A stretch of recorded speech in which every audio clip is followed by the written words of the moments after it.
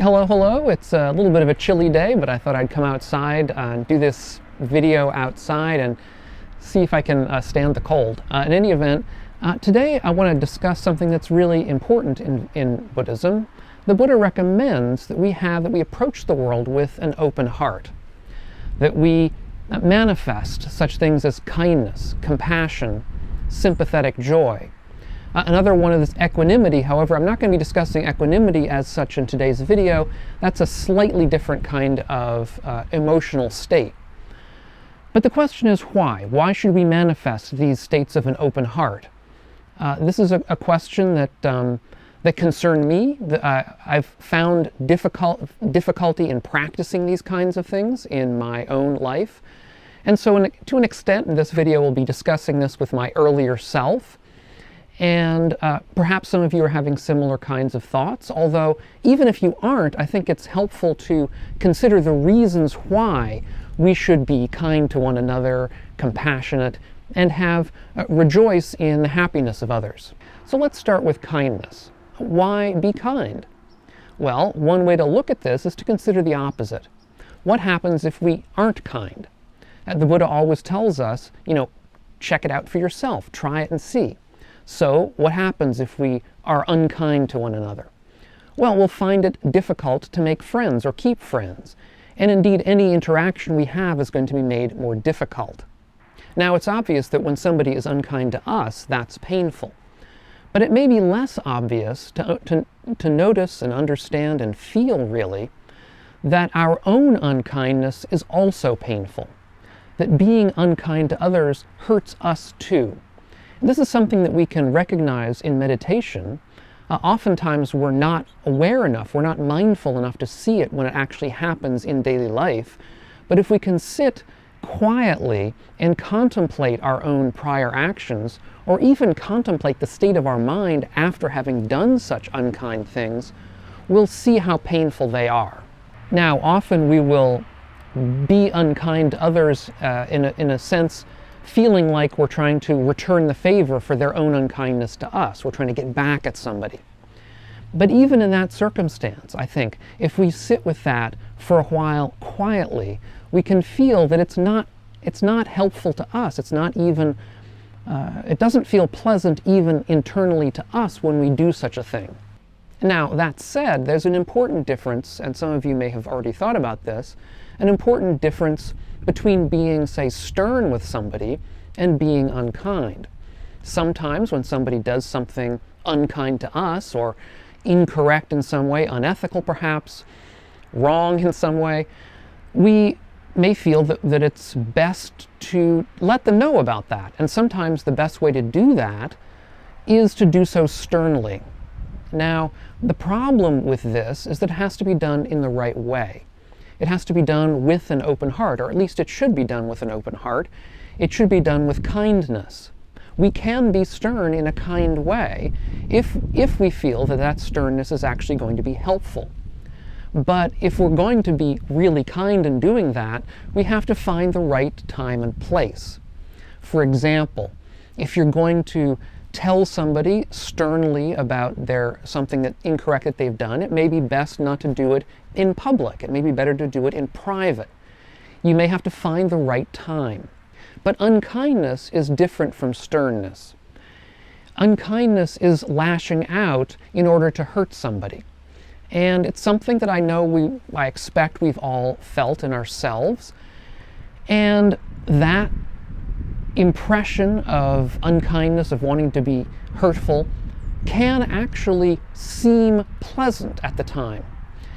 Anger, hatred can seem pleasant. There's a rush of adrenaline, of energy that comes up in the body that feels pleasant. And we can mistake that for the feeling that the actual state of being unkind to people or hurtful or hateful, that is actually a pleasant state. We can mistake that. But I think, as I've said, that once that initial stage of the adrenaline, the energy wears off, the regret will follow. And you can ask me how I know this. I know this because I've felt it myself. I can be somewhat hot-headed when provoked in the wrong circumstance. I feel that kind of adrenaline rush as much as I suppose anybody might.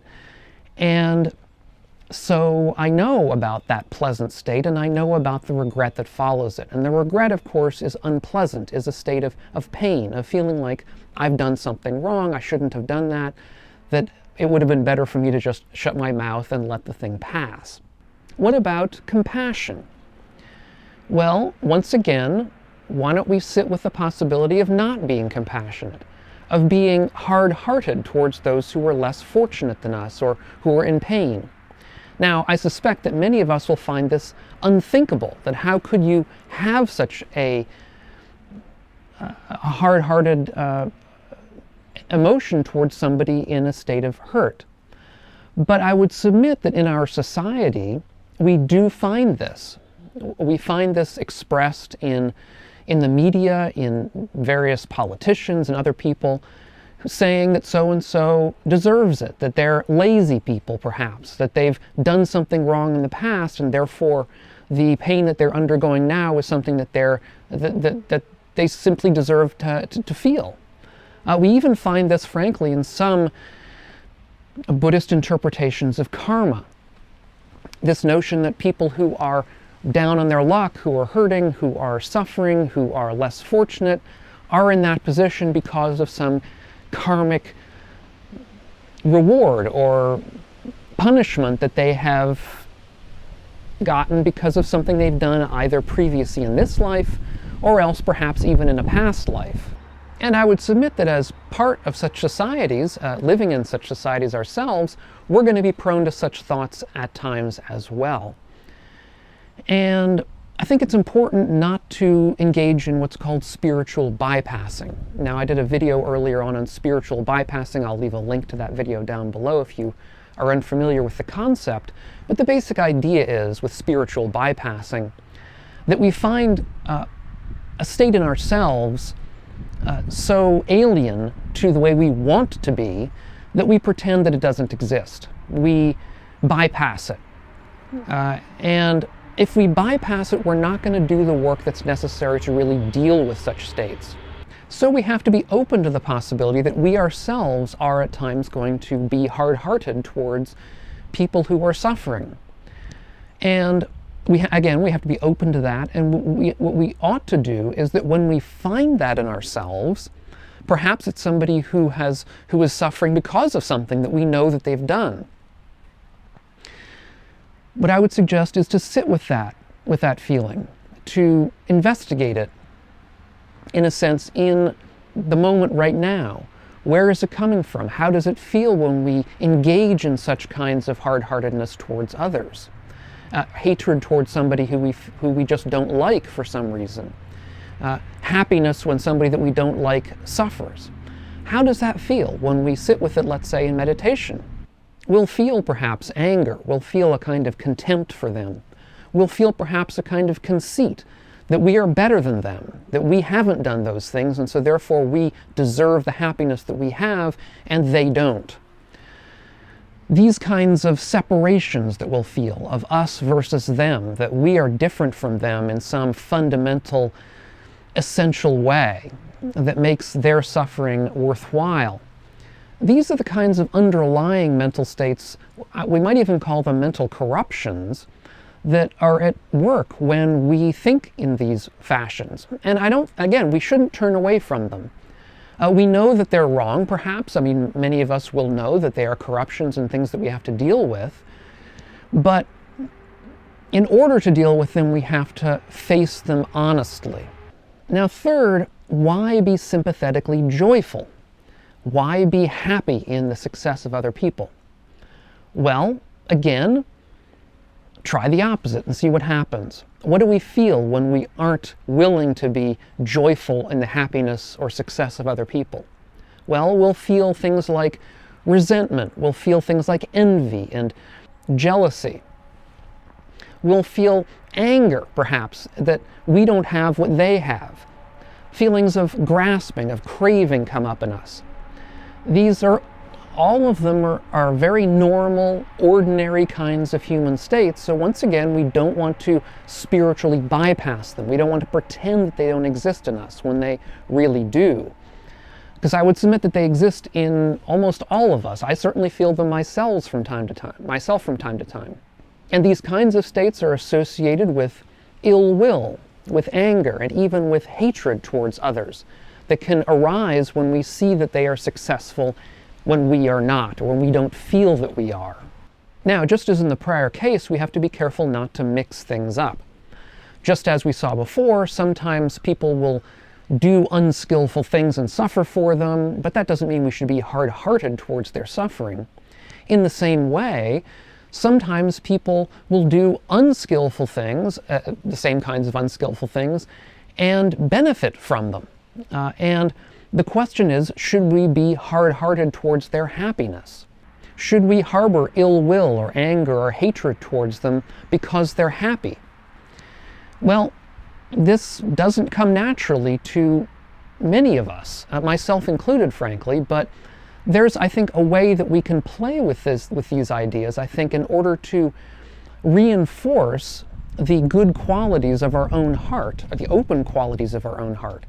So consider along these lines, that when we're faced with somebody who perhaps does things that we don't consider are right, that we consider perhaps are unethical or wrong, unjust in some respect, but they're very happy, or at least they seem happy to us, perhaps we can consider a subtle kind of approach of the mind which says, I'm very happy for your happiness. I rejoice in your pleasure and in your being happy, at the same time that I affirm that whatever it is you're doing, or whatever it is that you did in order to achieve that happiness, was not correct, was not just, was not ethical. Or that we understand that whatever it is they've done is not through their own actions alone, but through the actions of many people.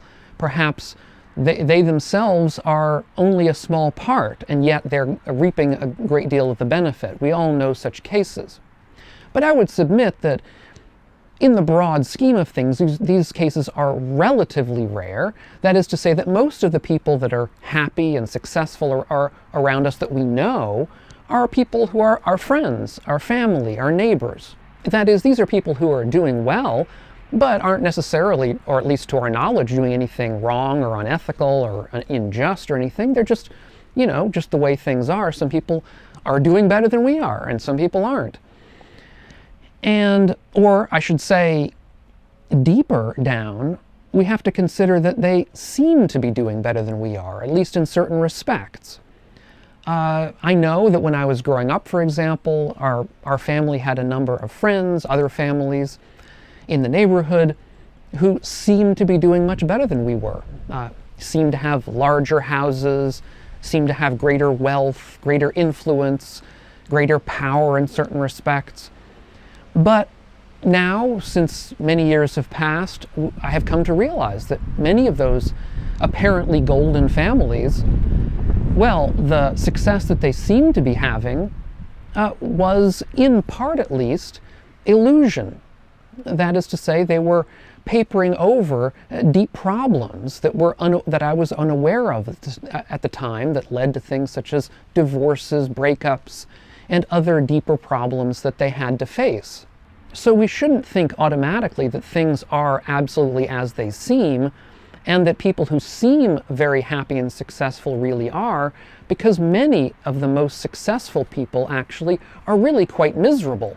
And indeed, it's their own misery, their own craving for certain things that has spurred them on to sacrifice their lives on the altar of, let's say, material success. All we see is the material success. We may see their happiness at a moment in time without seeing the underlying problems. So, once again, we can rejoice in that temporary happiness that they have without thereby assuming that they are happy in all respects. So meanwhile, we should rejoice in the success and happiness of other people. Many times that success is indeed well earned. People have worked hard, they're happy at having done the work, they've helped other people, and as a result, they themselves are happy. We know of such cases as well, I'm sure, in our own lives. And it's no skin off our nose if they're happy. In other words, if we can be happy too, we're only increasing our own happiness in life. Why be miserable? It's better at least to look at the good side, which, let's say, is their own pleasure, and not only rejoice in it, but thereby, in that rejoicing, share in that happiness. Now, I admit to finding all of these practices difficult. They've all been difficult for me in the past. They're ongoing practices for me now. That may be because I had a somewhat unhappy childhood, and so my heart is somewhat slow to open. And these kinds of practices, when I first heard them, were alien to me, foreign to me, but having dealt with them for a long enough period of time, I find them to be a kind of a revelation, that they are wonderful practices that I think we can all learn from. And if you want to learn more about the actual practices involved in kindness, compassion, sympathetic joy, and then eventually equanimity, I did a playlist on the Brahmaviharas, which just are these practices in early Buddhism and in later Buddhism as well. And I'll leave a link to that playlist up here on the screen if you're not familiar with it. If you're getting something out of these videos, consider taking a look over at my Patreon page, which is linked down below, and see if you want to help support the channel and the work that we're all doing here. Thanks so much for your kind attention, and we'll catch you on the next video. And meanwhile, all of you, be well.